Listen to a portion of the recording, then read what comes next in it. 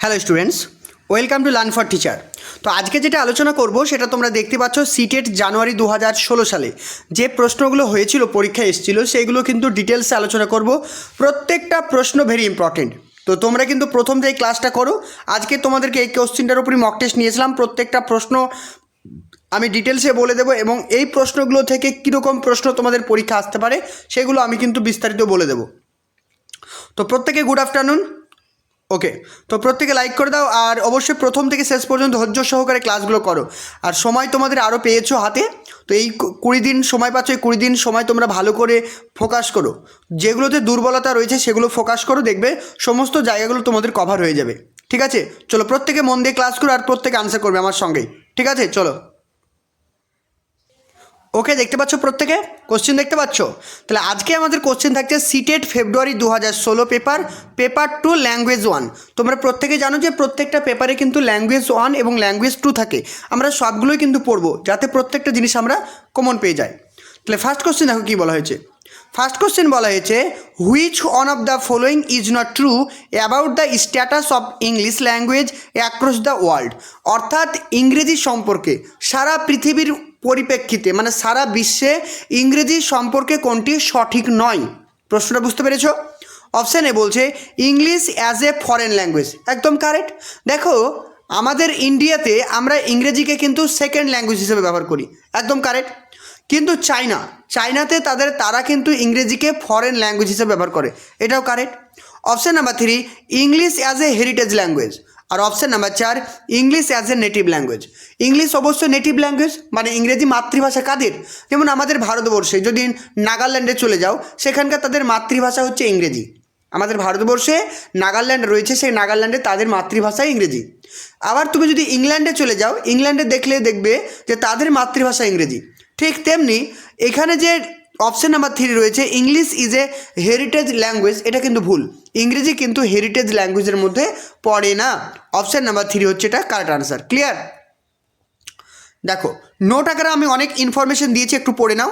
বলছে language learning is result of deliberate and conscious effort for better understanding of foundation skill of the language learning. কি বলতে চাইছে যে language learning অর্থাৎ ভাষা শিক্ষা হলো এর রেজাল্ট অফ ডেলিবারেট কথার মানে হচ্ছে মানে ইচ্ছাকৃত, অর্থাৎ তোমাকে স্বেচ্ছাতে শিখতে হবে। ঠিক আছে, তুমি মানে ভাবছো যে আমি ঘুমিয়ে আছি সব কিছু শিখে নেবো, এমনটা নয়। তোমাকে শিখতে হবে। ডেলিবারেট মানে স্বেচ্ছাকৃত, অ্যান্ড কনসিয়াস সচেতন প্রক্রিয়া, যেখানে তোমাকে ইফোর্ট দিতে হবে, তোমাকে চেষ্টা করতে হবে, এবং এটা কনসিয়াস প্রসেস। বোঝা গেল? তারপর নেক্সট দেখো কি বলছে নেটিভ ল্যাঙ্গুয়েজ। এবার চলো নেটিভ ল্যাঙ্গুয়েজ দেখো। নেটিভ ল্যাঙ্গুয়েজ বলতে বোঝাচ্ছে first language the child learners, অর্থাৎ শিশুর মাতৃভাষাকে নেটিভ ল্যাঙ্গুয়েজ বলা হয়। For example children of the USA, যারা ইউনাইটেড স্টেটে থাকে অর্থাৎ আমেরিকাতে থাকে, তাদের কিন্তু মাতৃভাষাও ইংরেজি, এটা কিন্তু মাথায় রাখতে হবে। তারপরে দেখো বলছে the 3 language formula was ড্রাইভড in the chief minister conference held in 1961। তাহলে 1961 সালে একটা কনফারেন্স করা হয়েছিল, সেখানে কিন্তু আমাদের ভারতবর্ষে 3 ল্যাঙ্গুয়েজ ফর্মুলার জন্য কথা বলা হয়। The national commission of education known as Kothari commission examine the recommend as granted formula which is recommended 1968 in the policy. তাহলে কোঠারি কমিশনের রিপোর্ট 1964 সাল, সে কিন্তু এই 3 ল্যাঙ্গুয়েজ ফর্মুলার কথা বললেন যে এই 3 ল্যাঙ্গুয়েজ ফর্মুলাকে বাস্তবায়ন করতে হবে, এবং সেটা 1968 কি বললাম 1968 সালে সেটা কিন্তু করা হয়। ওকে, মনে থাকবে। তারপর দেখো এবার আমরা জানবো 3 ল্যাঙ্গুয়েজ ফর্মুলা কী বলা হয়েছে। তাহলে 3 language formula was started in the 1968 policies. তাহলে এটা কি বলছে, স্টার্টেড করা হয়েছিল কবে? 1968 সালে। আর রিকমেন্ড কে করেছিল? কোঠারি কমিশন 1964। আর এটা আমাদের ভারতবর্ষে বাস্তবায়ন করা হয়েছিল বা স্টার্ট করা হয়েছিল কবে? 1968 সালে। এটা কিন্তু মাথায় রাখবে। দেখো 3টে ল্যাঙ্গুয়েজ, 3 ল্যাঙ্গুয়েজ মানে 3টে ল্যাঙ্গুয়েজ। কী কী দেখো, প্রথমেতে রয়েছে কি ফার্স্ট ল্যাঙ্গুয়েজ, মানে তোমার মাতৃভাষা। It has to be studied must be the mother tongue অথবা রিজিওনাল ল্যাঙ্গুয়েজ। তাহলে ফার্স্ট ল্যাঙ্গুয়েজ কী হবে? ফার্স্ট ল্যাঙ্গুয়েজ তোমার আঞ্চলিক ভাষা হতে পারে বা মাতৃভাষা হতে পারে। সেকেন্ড ল্যাঙ্গুয়েজ কি বলছে হিন্দি স্পিকিং স্টেট, যে সমস্ত স্টেটগুলো হিন্দিতে কথা বলে যেমন উত্তরপ্রদেশ, বিহার, সেগুলোর ক্ষেত্রে। The second language will be some other modern Indian language অথবা ইংলিশ। তাহলে বিহার বা ইংল্যান্ডের ক্ষেত্রে, বিহার বা উত্তরপ্রদেশে কি হতে পারে, তাদের সেকেন্ড ল্যাঙ্গুয়েজ কি হবে, হতে পারে তেলেগু, হতে পারে মালয়ালম, হতে পারে ইংরেজি। তাদের ক্ষেত্রে সেকেন্ড ল্যাঙ্গুয়েজ কিন্তু কি হবে, আমাদের ভারতের কিছু মডার্ন ল্যাঙ্গুয়েজ হতে পারে বা ইংরেজি হতে পারে। আবার কি বলছে দেখো, নন হিন্দি স্পিকিং স্টেট, অর্থাৎ যে সমস্ত স্টেটে হিন্দিতে কথা বলে না, the second language will be Hindi or English. তাহলে আমাদের পশ্চিমবঙ্গের ক্ষেত্রে কি হবে, যেহেতু আমাদের মাতৃভাষা কি, আমাদের মাতৃভাষা বাংলা, তাহলে আমাদের ক্ষেত্রে সেকেন্ড ল্যাঙ্গুয়েজ কি, সেকেন্ড ল্যাঙ্গুয়েজ হিন্দি হতেও পারে অথবা ইংলিশ হতে পারে, কিন্তু অফিসিয়ালিভাবে আমাদের অ্যাকসেপ্ট করা হয়েছে কাকে, ইংলিশকে। ওকে, ক্লিয়ার। তারপর চলে আসি third language. The third language is taught at হচ্ছে later stage in school year that too for a shorter time as it is needed only limited context in a social situation where neither first or not second language would help the child communicate. ভালো করে বোঝো। তাহলে third language কি, যখন আমরা দেখবে class 7 বা class 8-এ পড়তাম না, তখন দেখবে দুটো সাবজেক্ট ছিল, একটা অ্যারাবিক আর একটা সংস্কৃত ছিল না, ওই যে ওটা হচ্ছে থার্ড ল্যাঙ্গুয়েজ। কেউ কেউ অ্যারাবিক নিয়ে পড়েছে, কেউ কেউ আবার সংস্কৃত নিয়েছে, ওটাকে বলবো আমরা থার্ড ল্যাঙ্গুয়েজ। তাহলে কি বললাম, তাহলে মানে যে কোঠারি কমিশন যে তোমার 3 ল্যাঙ্গুয়েজ ফর্মুলা বলেছে, সেখানে ফার্স্ট ল্যাঙ্গুয়েজ, সেকেন্ড ল্যাঙ্গুয়েজ এবং থার্ড ল্যাঙ্গুয়েজের কথা কিন্তু আমরা ভালো করে জানলাম। থার্ড ল্যাঙ্গুয়েজ এটা আমাদের ফরেন ল্যাঙ্গুয়েজ বলবো, ক্লিয়ার। ইংলিশ কিন্তু থার্ড ল্যাঙ্গুয়েজের মধ্যে পড়বে না, এটা কিন্তু মনে রাখবে। চলো নেক্সট কোশ্চেন আনসার করো। নেক্সট কোশ্চেন বলছে the study of words and their meaning is known as. এই প্রশ্নটা ভেরি ইম্পর্টেন্ট, বারবার আমি বলছি। The study of meaning, the study of words and their meaning, তাকে আমরা কি বলবো, ফনেটিক্স, সিনট্যাক্স, লিঙ্গুইস্টিক আর সিম্যান্টিক্স। কী হবে অ্যান্সার? একদম সঠিক আনসার অপশান নাম্বার 4, সিম্যান্টিক্স। এখানে দেখো, ভালো করে দেখো, ফনেটিক্স কি, ফনেটিক্স হচ্ছে ভাষার ক্ষুদ্রতম ধ্বনিগত একক, মানে the smallest unit of sound. যদি প্রশ্ন আসে the smallest unit of sound, তাহলে আমরা কি লিখবো, ফনেটিক্স বা ফনিম। আর সিনট্যাক্সটা কি, সিনট্যাক্স হচ্ছে the structure of the sentence, the structure of the sentence is called syntax. বোঝা গেল? অর্থাৎ কোনো একটা বাক্যের গঠন, সেটা জানবো সিনট্যাক্স। আর লিঙ্গুইস্টিক মানে কি, সায়েন্টিফিক স্টাডি অফ ল্যাঙ্গুয়েজ, ভাষার বিজ্ঞানসম্মত অধ্যয়নকে কী বলা হয়, লিঙ্গুইস্টিক বলা হয়। আর অপশান নাম্বার 4, সিম্যান্টিক কি, সিম্যান্টিক বলতে বোঝাচ্ছে যে ভাষার মানে অর্থপূর্ণ অধ্যয়ন, ভাষার অর্থপূর্ণ অধ্যয়নকে কি বলছে, সিম্যান্টিক্স। মানে the study of words and their meaning, তাকে বলছে সিম্যান্টিক্স। আর মরফিমটা কি, মরফিম বলতে বোঝাচ্ছে কি, মরফিম বলতে বোঝাচ্ছে যে the smallest unit of meaningful words. কি বললাম, the smallest unit of meaningful word বা ল্যাঙ্গুয়েজ। যখন ইউনিট কথাটা চলে আসবে তখন আমরা মরফিম করব, আর যখন ইউনিট কথাটা আসবে না তখন আমরা সিম্যান্টিক্স করব। ক্লিয়ার হচ্ছে সবার? চলো দেখো নেক্সট কোশ্চেন দেখো, a good language text book should be include. একটি ভালো টেক্সট বুক কী হবে? অপশান এ বলছে ইন্টারেস্টিং স্টোরি, বইয়ের মধ্যে অনেক ইন্টারেস্টিং স্টোরি থাকবে। অপশান নাম্বার 2, অ্যাট্রাকটিভ ফন্ট, অর্থাৎ লেখাগুলো খুবই অ্যাট্রাকটিভ হবে। ইলাস্ট্রেশন, বিভিন্ন উদাহরণ থাকবে। অ্যান্ড লার্নার ফ্রেন্ডলি টেক্সট, এবং শিক্ষার্থীদের উপযোগী হবে। Option number 3, extract from British and American literature. Text বুকটি কিসের ওপর ভিত্তি করে হবে? আমেরিকা এবং ব্রিটিশ সাহিত্যের ওপর ভিত্তি করে। অপশান নাম্বার 4, মোর গ্রামার এক্সারসাইজ, যেখানে প্রচুর পরিমাণে গ্রামার থাকবে। সঠিক আনসার কী হবে? একদম সঠিক প্রত্যেকের অপশান নাম্বার 2, অর্থাৎ তোমার যে বই থাকবে সেই বইয়ের লেখাগুলো অনেক বেশি অ্যাট্রাকটিভ হবে। যেমন আমি দেখো পিডিএফটা বানিয়েছি তোমাদের যাতে অ্যাট্রাকটিভ হয়, কালারফুল করার চেষ্টা করেছি। তাহলে এখানে কিন্তু আমাদের সঠিক answer option number 2। Clear? Next question দেখো, স্ট্রাকচারাল অ্যাপ্রোচ লে স্ট্রেস। প্রত্যেকটা অ্যাপ্রোচ সম্পর্কে তোমাদের ক্লাস করানো আছে, ভালো করে পড়বে। তাহলে স্ট্রাকচারাল অ্যাপ্রোচ কিসের ওপরে মানে ফোকাস করে? ডেভেলপিং লিঙ্গুইস্টিক কম্পিটেন্স, অর্থাৎ ভাষার দক্ষতার ওপরে। Option number 2, selecting and gradation of the materials, অর্থাৎ সিলেকশন মানে কোনগুলোকে আমি নির্বাচন করব, আর গ্র্যাডিয়েশন মানে আমি কিভাবে সেগুলোকে সাজাবো। তার উপর ভিত্তি করে। অপশান নাম্বার 3 ইমপ্রুভিং ফ্লুয়েন্সি, ফ্লুয়েন্সির উপর ভিত্তি করে। অপশান নাম্বার 4 অ্যাকিউরেসি মানে নির্ভুলতার উপর ভিত্তি করে। তাহলে সঠিক আনসার কী হবে? স্ট্রাকচারাল অ্যাপ্রোচটা সাধারণত সিলেকশন এবং গ্র্যাডুয়েশনের উপর ভিত্তি করে করা হয়। অপশান নাম্বার 2 হচ্ছে কারেক্ট। প্রত্যেকে কিন্তু মেথডের ক্লাসগুলো পরীক্ষার আগে রিভিশন করে যাও। মেথডের ওপর যে ক্লাসগুলো দিয়েছি, সিলেকশন, গ্র্যাডুয়েশন মেথড, সবগুলো কিন্তু স্ট্রাকচারাল অ্যাপ্রোচের মধ্যে পড়ছে। অপশান নাম্বার 2 হচ্ছে কারেক্ট আনসার। তোমরা প্রত্যেকে যদি আমার প্রত্যেকটা ভিডিও দেখে যাও ইংলিশের, আশা করছি কোনো কোশ্চিন তোমাদের পরীক্ষায় বাদ যাবে না, প্রত্যেকটা কোশ্চিন পারবে যদি ভালো করে মন দিয়ে ক্লাসগুলো করো। নেক্সট কোশ্চিন দেখো কি বলছে, learning to be read means, বলছে লার্নিং টু বি রিড মানে কোনো কিছু পড়া বলতে কি বোঝায়? Decoding the structure of the language, অর্থাৎ কোনো একটা ভাষার তার স্ট্রাকচার, তার কি গঠন আছে সেটা জানা। Option number 2 decoding the meaning, অর্থাৎ কোনো একটা ভাষার তার অর্থ বোঝা। অপশান নাম্বার 3 রিডিং অ্যালাউড, জোরে জোরে পড়া। Option number 4 decoding letters alphabet into the sound, তাহলে যখন আমি পড়ছি তার কি লেটার রয়েছে, কি অ্যালফাবেট রয়েছে, তার কি সাউন্ড রয়েছে সেটাকে বোঝা।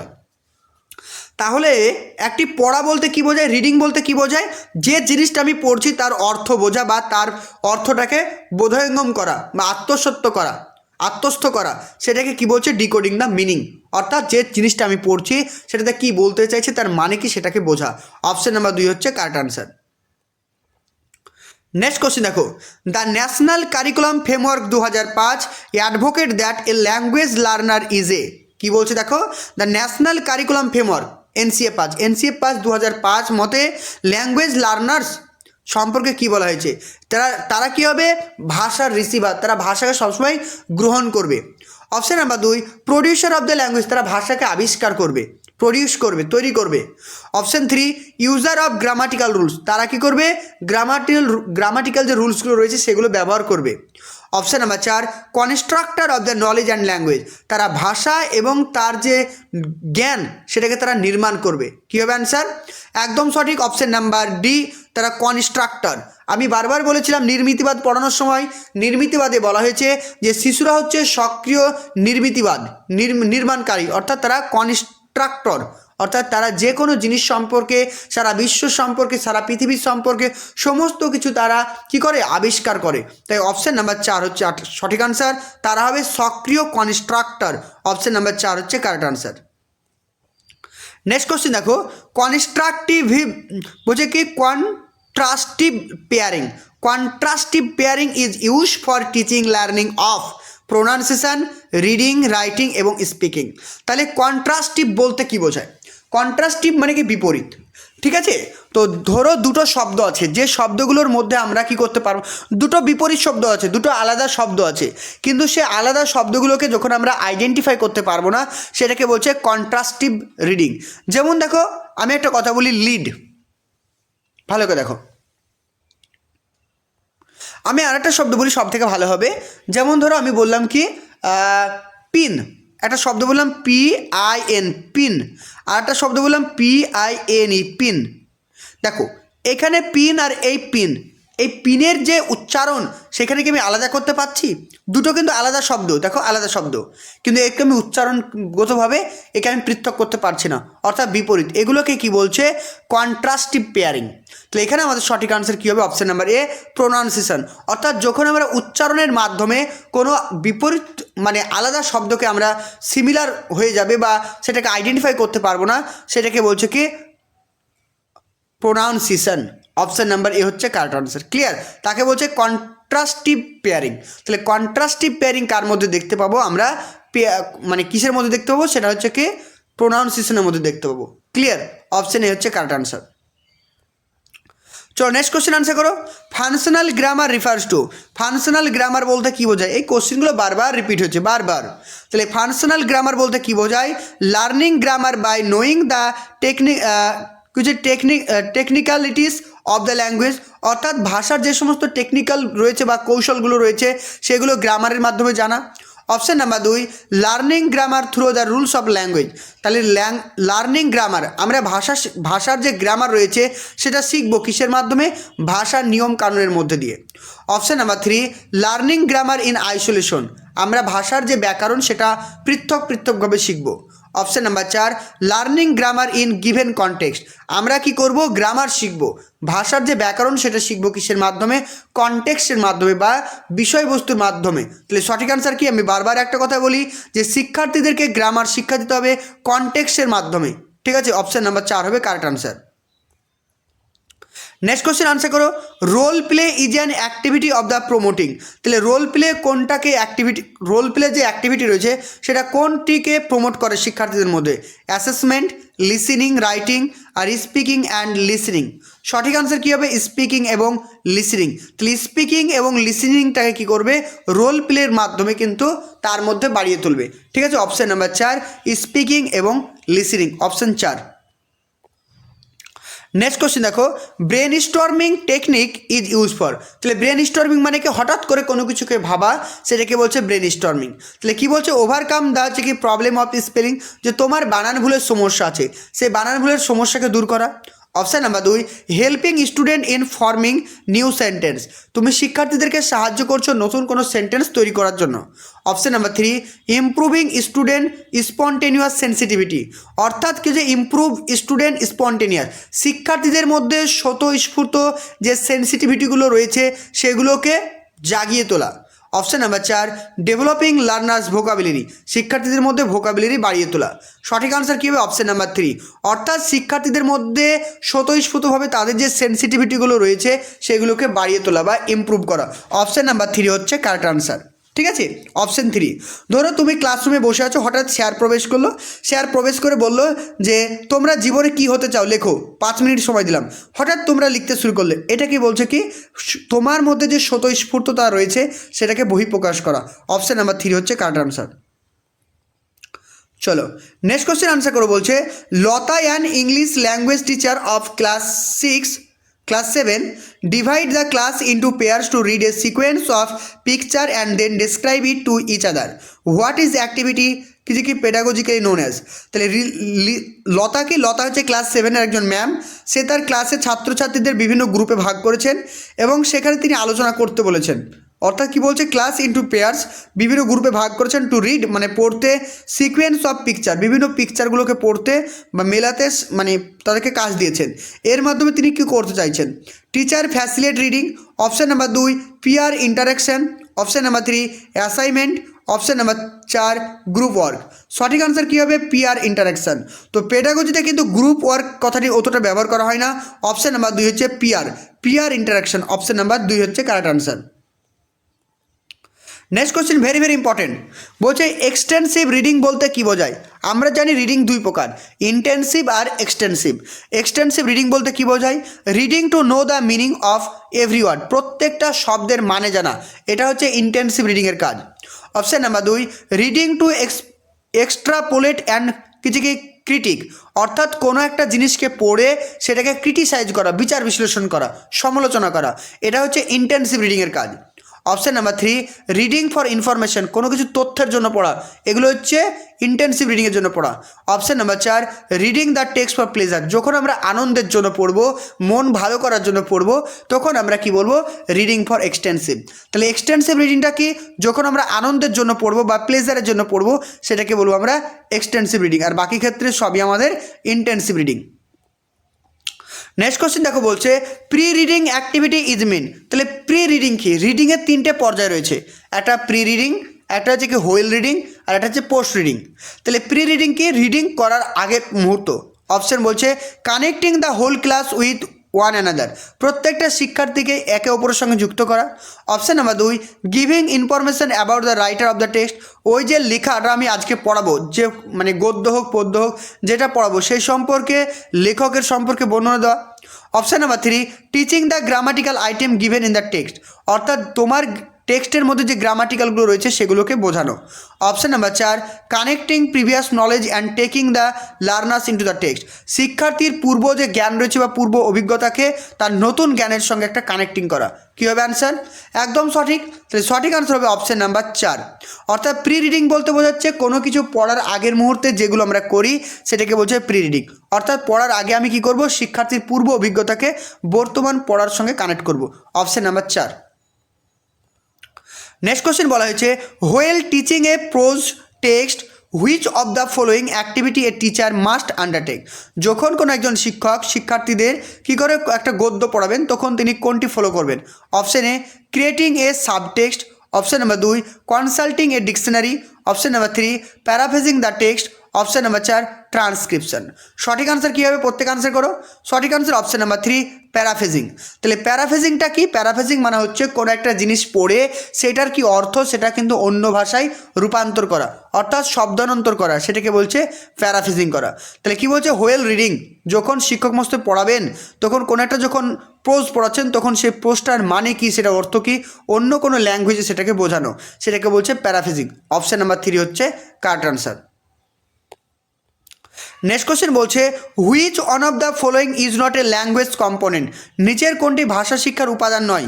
গ্রামার, সাউন্ড সিস্টেম, স্পিচ, আর which of the following is not a language component. কোশ্চেনটা রিপিট হয়েছে, ঠিক আছে, কোশ্চেনটা রিপিট হয়ে গেছে।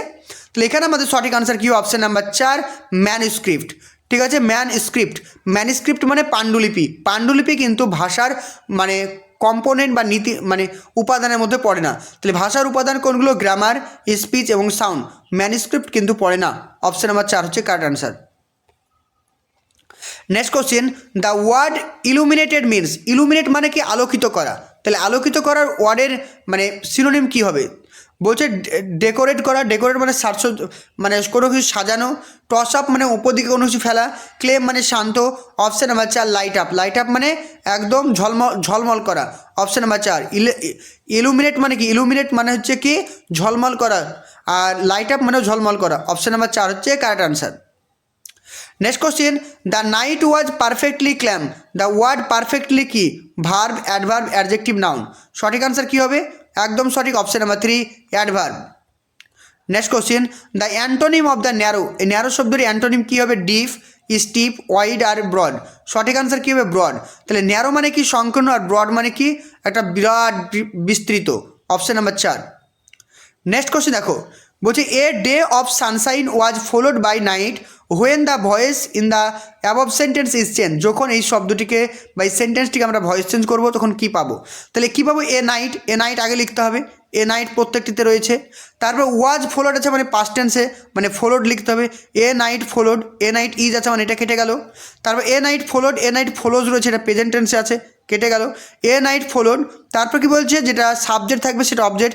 এ ডে অফ সানশাইন, কিন্তু রয়েছে কি দ্য সানশাইন ডে, এটা ভুল। তাহলে অপশন নাম্বার বি হচ্ছে correct. A night of followed, a night followed a day of sunshine. Option number 2 হচ্ছে কারেক্ট। চলো লাস্ট কোশ্চেন দেখো, বলছে he was in truth like a ship, মানে দ্য ফিগার অফ স্পিচ। দেখো figure of speech পড়ানোর আগে আমি তোমাদেরকে বলেছিলাম যখন ট্রুথ বোঝাবে, যখন কোনো কোনো একটা জিনিসকে অন্য কোনো একটা জিনিসের সঙ্গে তুলনা করার সময় লাইক বা অ্যাজ ব্যবহার করা হবে, সেটাকে আমরা কি বলবো? সিমিলি। অপশন নাম্বার 4 হচ্ছে কারেক্ট আনসার, কারণ এখানে লাইক ব্যবহার করা হয়েছে। লাইক থাকলে সেটাকে আমরা কি বলবো? সিমিলি বলবো। ওকে, তো টোটাল ছিল এই 21টা প্রশ্ন তোমাদেরকে আলোচনা করলাম। আর প্রত্যেকটা প্রশ্ন কিন্তু তোমাদের সিটেট সেপ্টেম্বর 2016 পেপার 2 এর প্রশ্নগুলো অনেকটা ইম্পর্টেন্ট। তোমরা আরেকবার রিভিশন করবে, তাহলে কিন্তু পুরোটা ক্লিয়ার হয়ে যাবে। ওকে, থ্যাংক ইউ।